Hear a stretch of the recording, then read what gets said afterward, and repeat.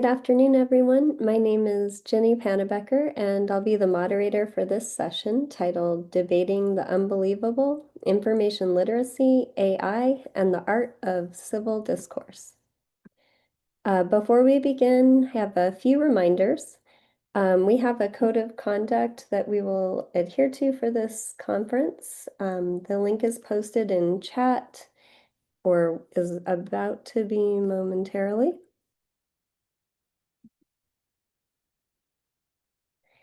And if you experience any issues related to conduct, please email us at galeconferencesupport@googlegroups.com.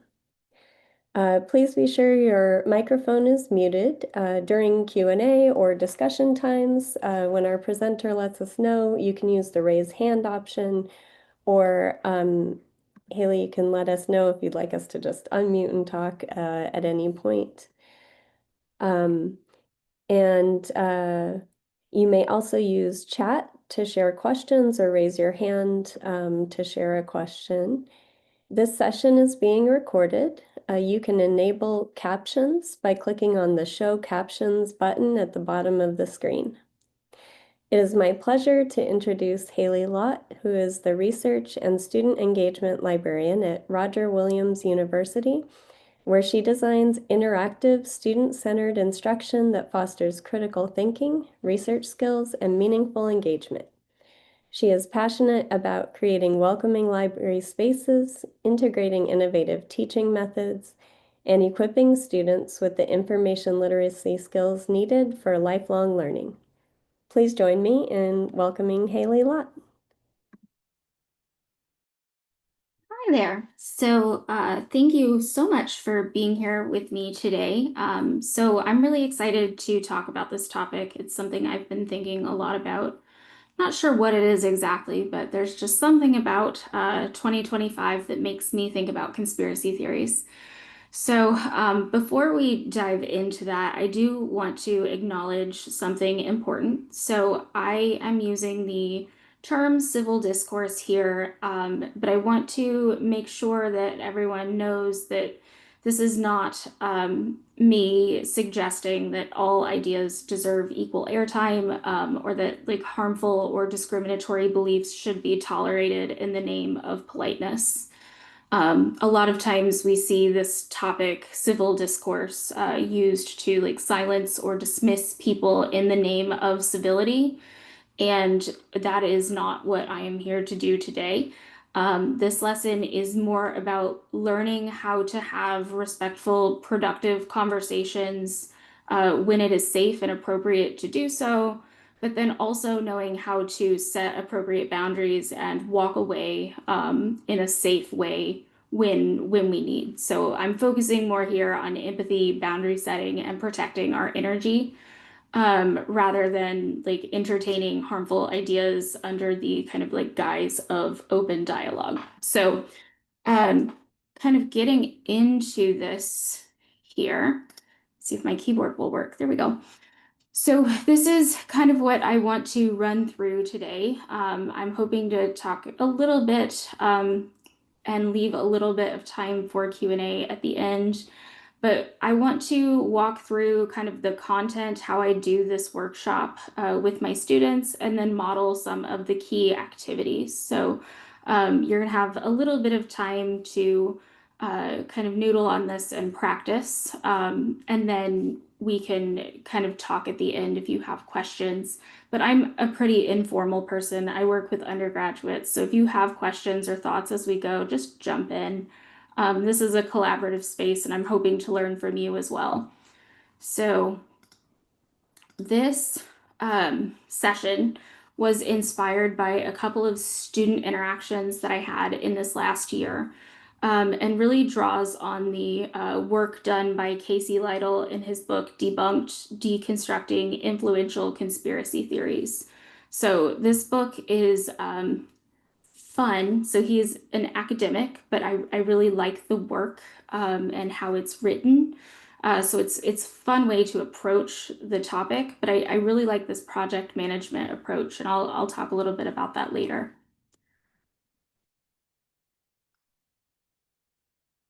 There we go.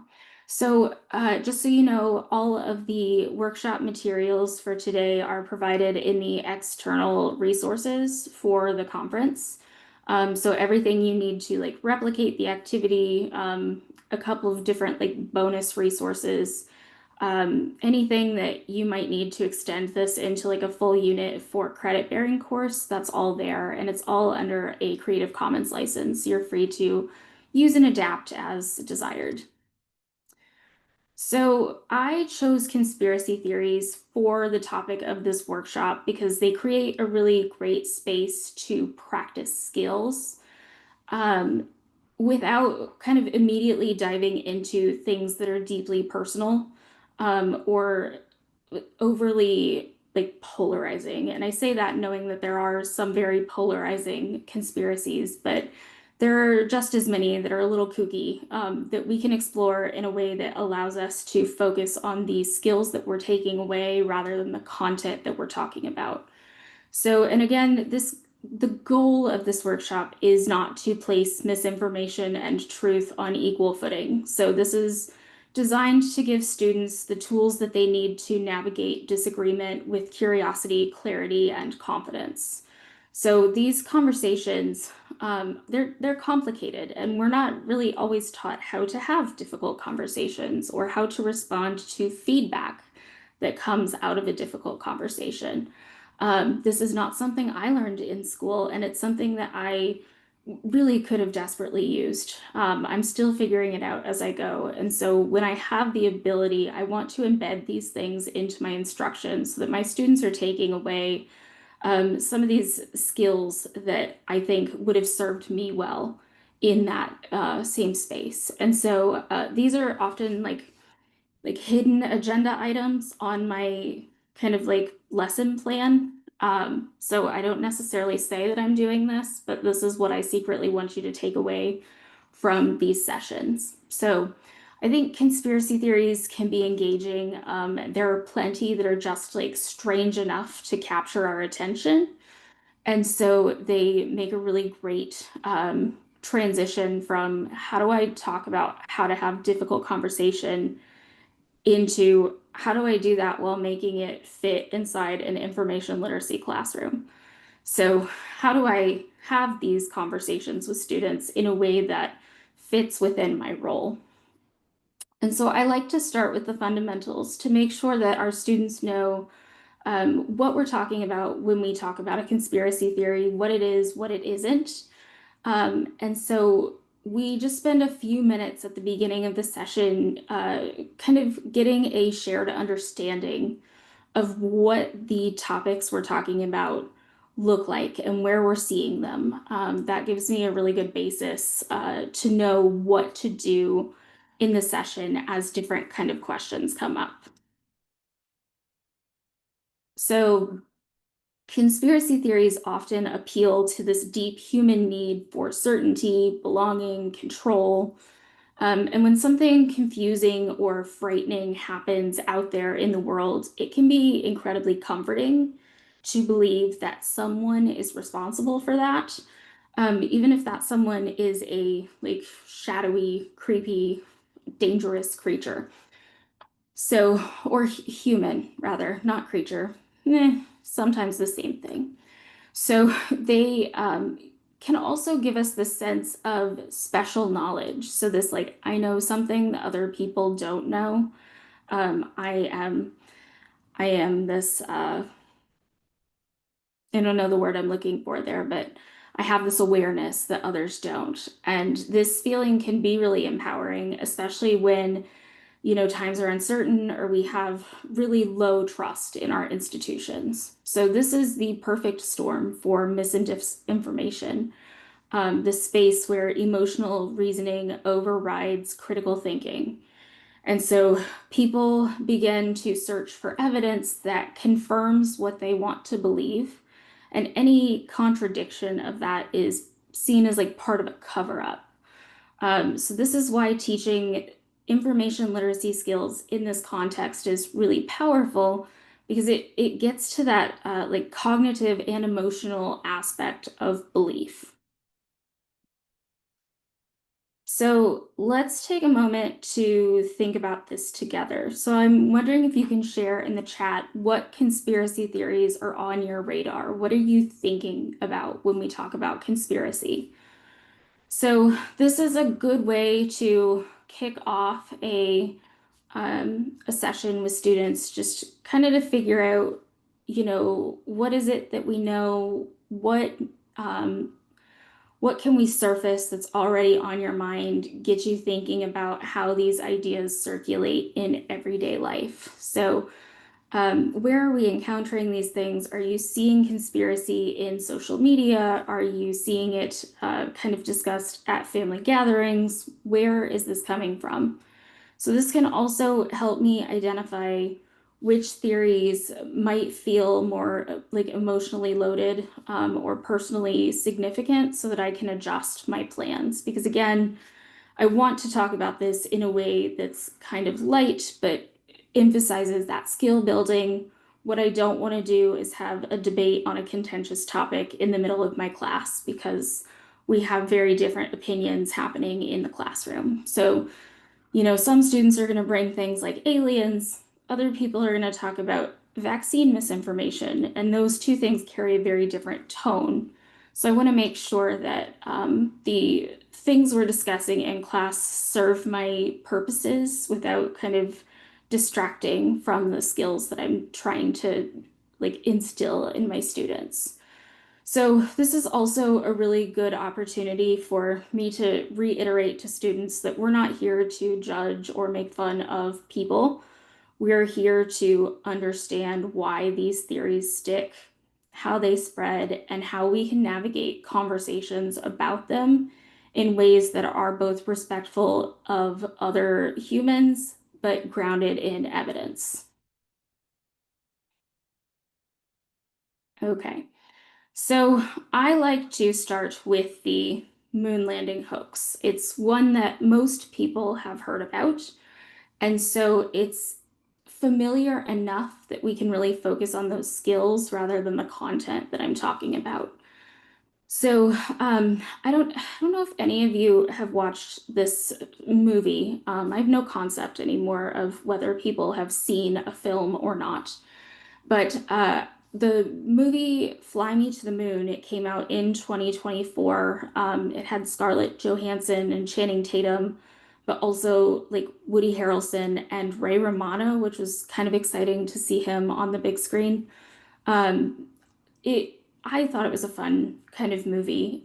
It's a fictionalized version of this moon landing conspiracy. And it's a fun way to kind of introduce this topic to students. So I can show a clip of this where, okay, they're in a sound studio, they're filming walking on the moon as if you're carrying your mother, both light and buoyant at the same time, but carrying an incredibly heavy burden.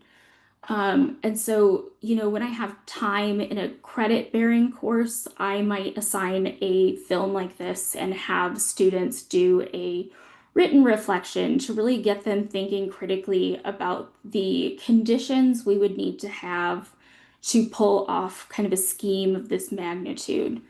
So again, this topic works really well because students are already familiar with the basics. So we can really focus on analyzing claims, evaluating evidence, and those are really common things we're doing in the information literacy classroom. So this also gives us kind of that shared foundation before moving on to other conspiracy theories where we may not be as familiar with the facts. And so in those cases, students really need to lean more heavily on the research and reasoning skills. And that's what we're here to develop. So I want them to be able to practice in a safe space, but then apply it to more high stakes misinformation kind of in the future. So the next kind of piece of this presentation goes through kind of what students would see in this workshop and how I would work on this with them. So in the launch manual document, the worksheet that I use to lay this out is on there. But if I have the time, I might kind of create a shared PowerPoint document where students can insert slides with their claims, and then we can kind of present them together in class. So there's a lot of different ways to transition this into class and kind of do this activity. So, um, before I kind of get into that, I do want to say that if you're wondering at this point where AI is coming in, hang tight. So the structured AI simulation happens in a couple more steps, but I do let students experiment with AI tools to help brainstorm questions or unpack claims for this next bit. So my personal AI policy encourages thoughtful use and reflection, and it gives students the freedom to try, revise, and then think really critically about the quality of the content they're using. And I can kind of just share some of my language there in the chat, um, if I can, technology here. Oh, I don't know if that's a sound, but if that's a sound, please do ignore that. That should be text. Um, we'll see if that works. So again, I really emphasize here that this is not the kind of assignment or activity where it's essential that students generate all of their ideas from scratch.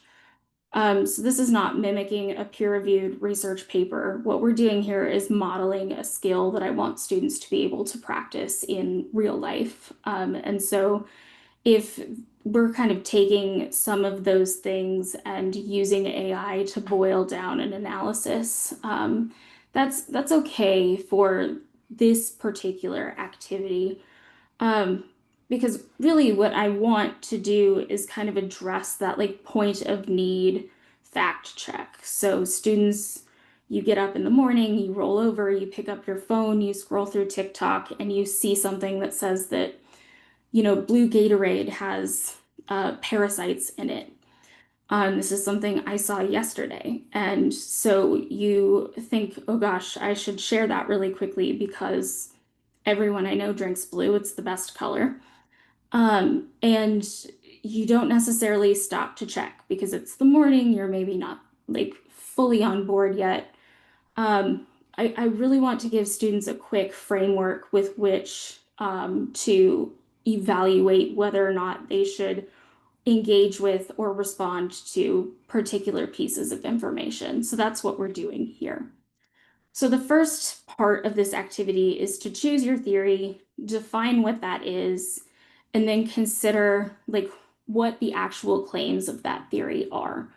So conspiracy theories emerge when there is like ambiguity, fear, or a lack of trust. So in the case of the moon landing, it's not just, well, we didn't go to the moon. It's kind of deeper. So it's got government deception. We've got Cold War propaganda. We've got doubts about whether technology could have possibly been advanced enough at the time, because that wasn't my lived experience in 1969. So in class, we have discussions about, who might find this theory compelling? Why might they find it compelling? So that really helps us move past the like surface level claims and kind of consider the motivations, the emotions, and the experiences that might be behind a believer of a particular theory. So this is an opportunity to build empathy and to understand how people come to believe misinformation. So in the case of the moon landing, what exactly does this theory suppose? So essentially, we staged the moon landing to win the space race against the Soviet Union. So what it is doing is trying to explain the inconsistencies of the footage, the photographs, and explain how we could have possibly achieved such a feat with our 1960s technology. And then the believers of this theory, it's coming from a place of distrust in government institutions. So it can be easier sometimes to accept that something is like false than it is to reconcile how something could possibly happen without your full understanding or consent.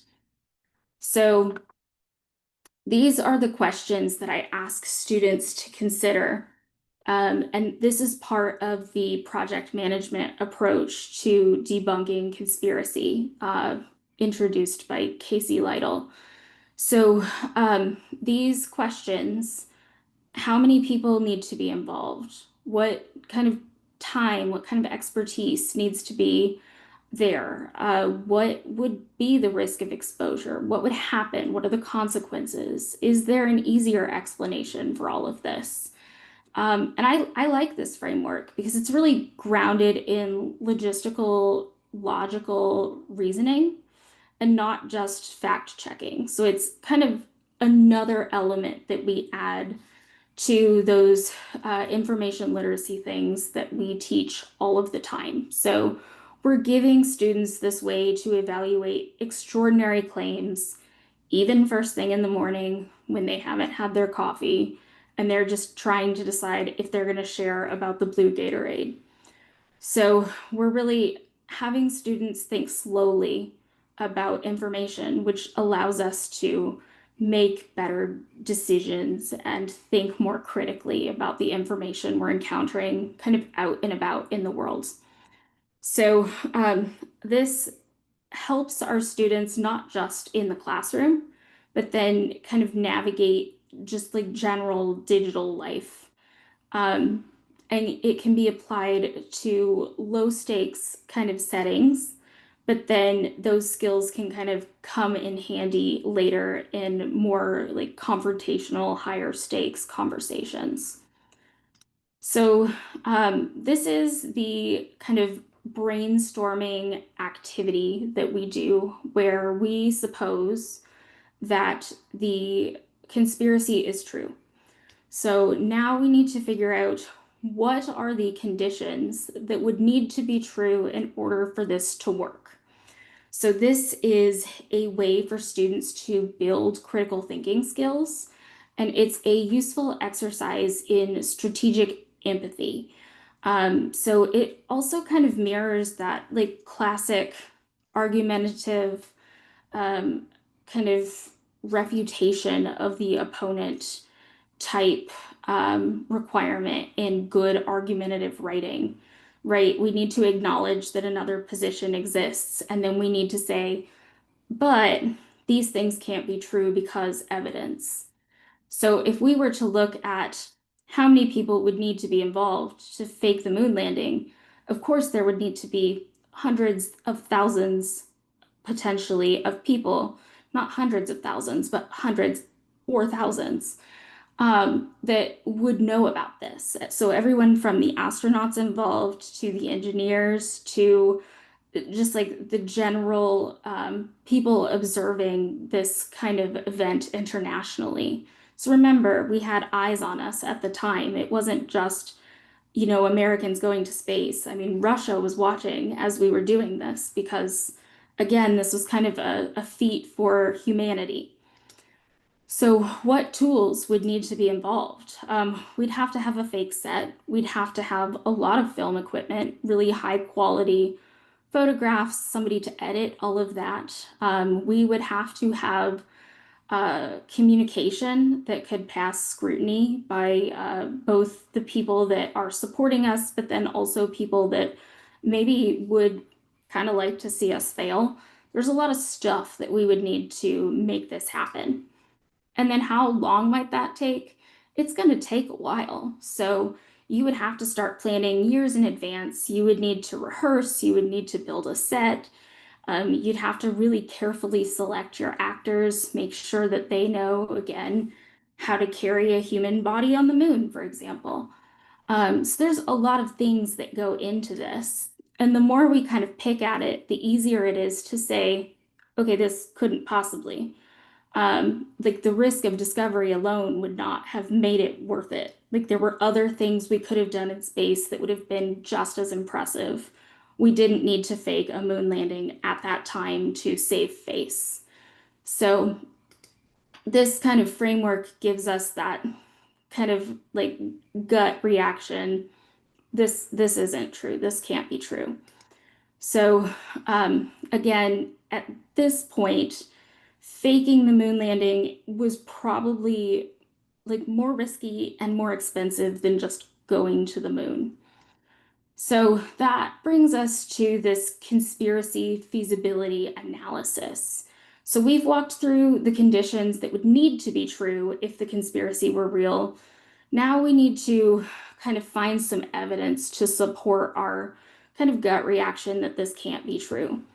So in this example, I want to look at the claim that the moon landing was fake because NASA lost the original tapes and blueprints. And if those things were lost, they probably didn't exist at all. So this is a really common claim of the conspiracy believers. And we walk through this and ask ourselves, where does this claim come from? What would need to be true for it to happen? What credible evidence can I find that contradicts this? So in this case, this claim comes from a NASA investigation, which said, hey, we've lost these tapes. So this was in 2006. So they admitted that this data, was not discoverable at the moment. So what would need to be true for this to have happened and have been part of a conspiracy? Again, you'd need thousands of people, lots of money, and you would be kind of expecting that all of these people would keep this secret for their lifetime, right? And then afterwards, of course, we would also need to keep the conspiracy going because we would have to maintain that that lie is still true.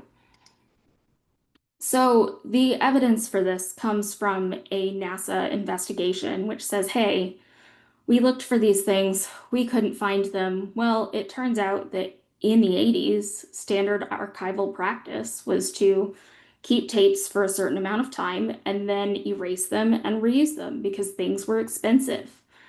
We didn't have a lot of storage, so we reused information.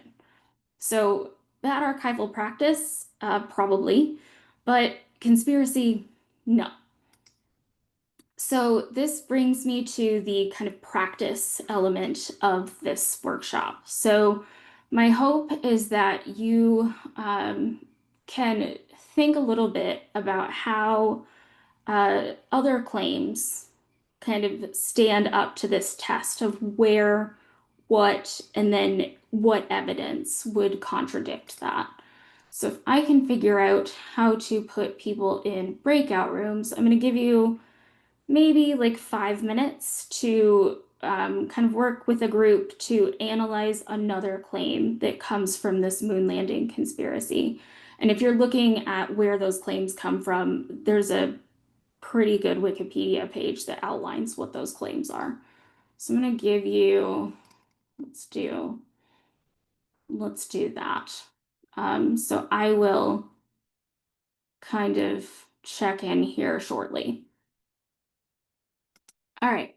So as we kind of come back, if you have a claim that you want to let us know about in the chat and just share kind of what the evidence you found to contradict that is, that would be great. So I know there's a lot of really compelling claims to investigate with the moon landing. So I dug into a few of these and had quite a lot of interesting reading to do. So at this point, we are now pretty safe to say that it would be incredibly difficult to fake the moon landing. So this is kind of this end piece where we say, I don't think so.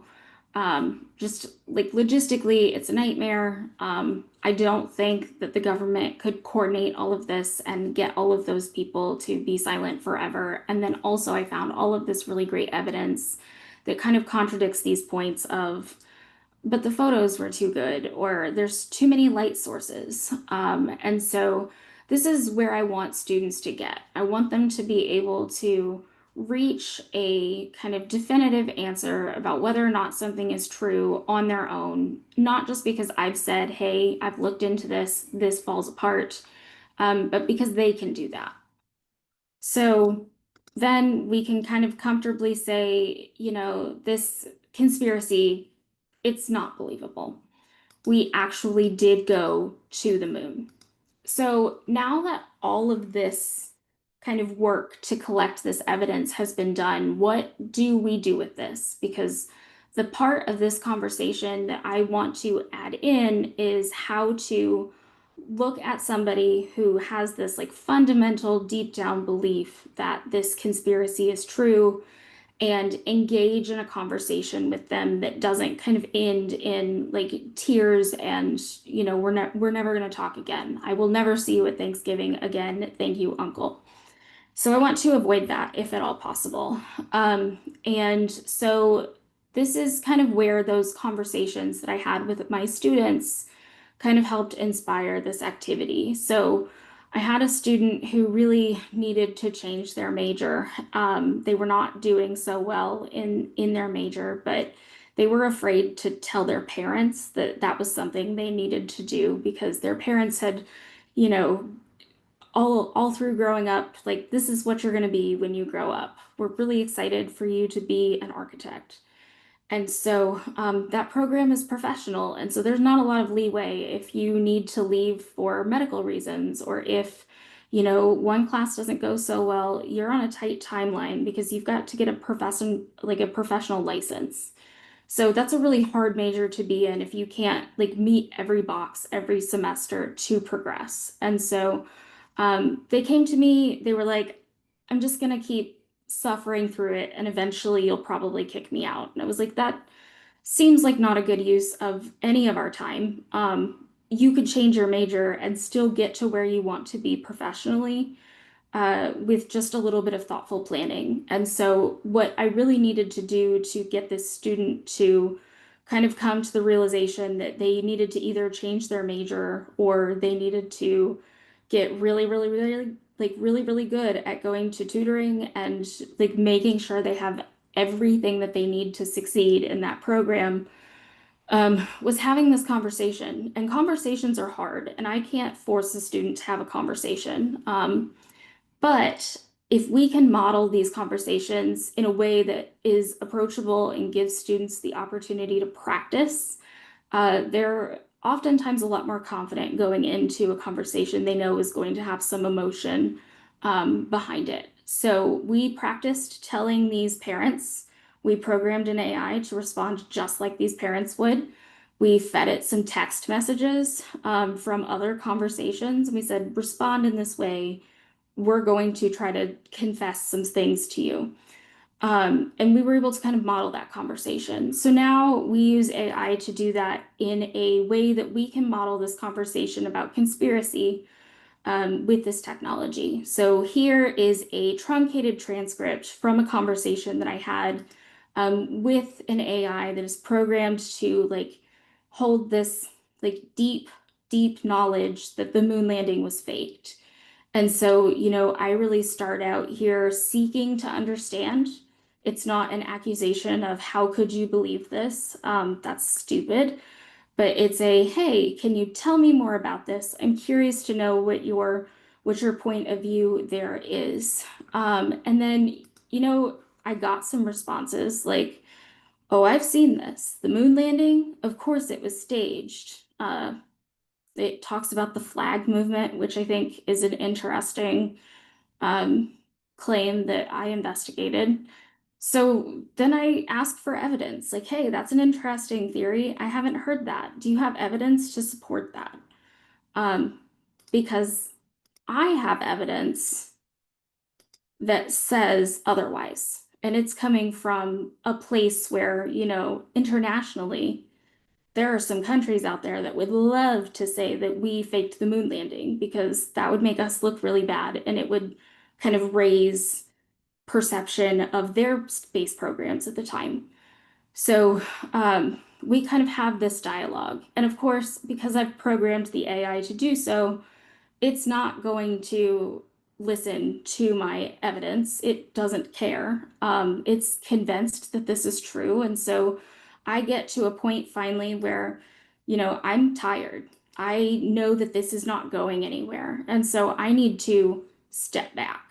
And so this skill, this knowing when to walk away, is emotional intelligence. And it's again something that we don't necessarily teach. We just kind of expect people to have this ability.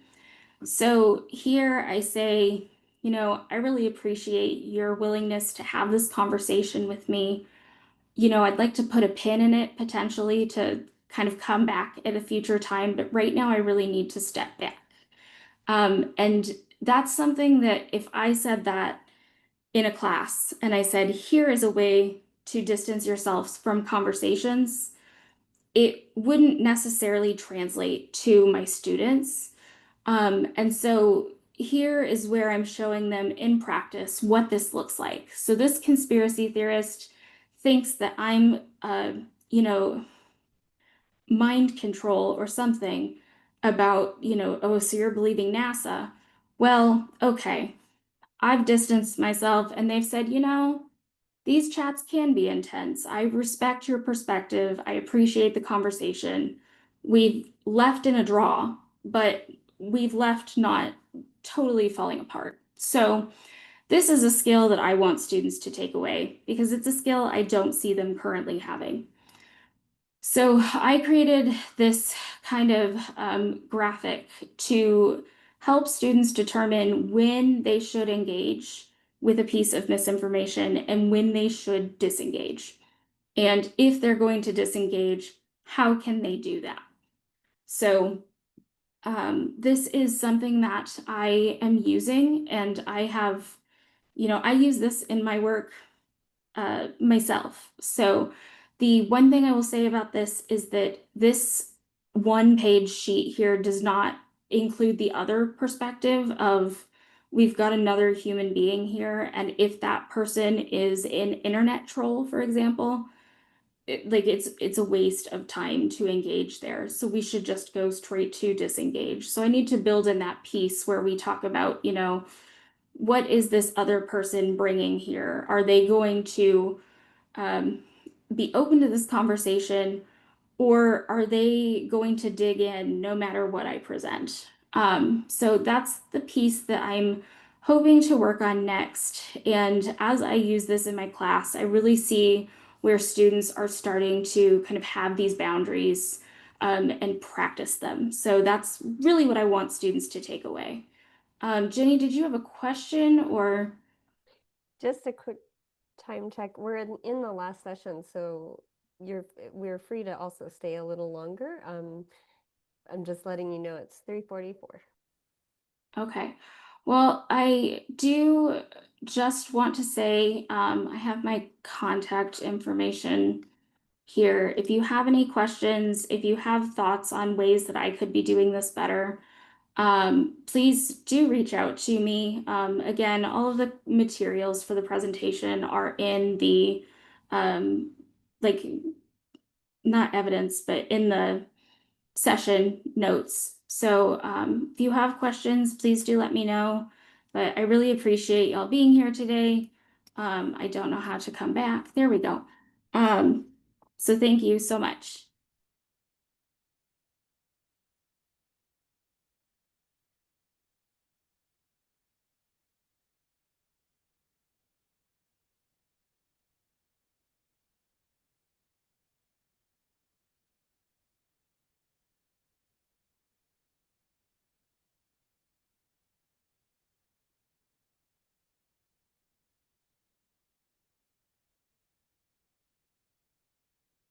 Sorry, no, I'm muted. Seeing lots of positive comments in the chat. There was one comment about not having tons of time to talk, but if anyone did discuss things in their group, please feel free to share or just ask any questions you have for Haley. Okay. Thank you for moderating, Jenny. I think probably everyone is kind of away from their desks, so I think we're good to close. Okay, we still have yeah, that's possible. We have a few people here, not on video. Yes, the existence of real conspiracies. Um, if we find something that turns out to be real, we talk about that. So why is it that we think this is a conspiracy? What could we do to promote awareness? So in the book, Casey Lytle's book, one of the chapters is like pop culture conspiracies. And something that I really enjoyed from that is the discussion on New Coke. So my family was not a Coke family. That is not something that I really had awareness of. But that actually turned out to be true. There was a period of time where Coke went off the shelves for like 3 days and then it came back and it tasted different. And it's because they changed the ingredients. But you couldn't tell that they changed the ingredients. They just pretended like nothing was happening. So I think there are real conspiracies, and when we talk about that, we can talk about rhetoric a lot, and the rhetoric of information and how certain information is politicized. So again, vaccine information, that's not a conspiracy. It's like factual scientific evidence. And so how do we have this period of time where there are some people that like deeply fundamentally believe that like the world has been stacked against us as far as vaccines forever.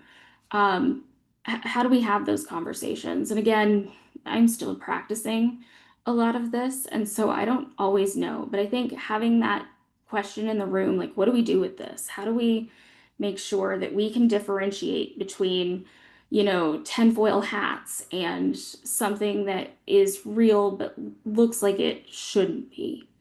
These are patterns that we're seeing, but sometimes patterns don't necessarily go together. So I don't know if that fully answers that question because I'm not familiar with the conspiracy listed, but now I'm going to have to go do some research. So thank you for that.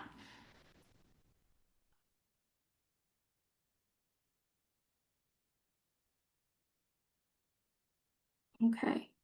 If anybody else has questions, I'm happy to answer. Otherwise, thank you so much for coming. Yes, thank you so much. This was really great. All right. Thank you, Jenny.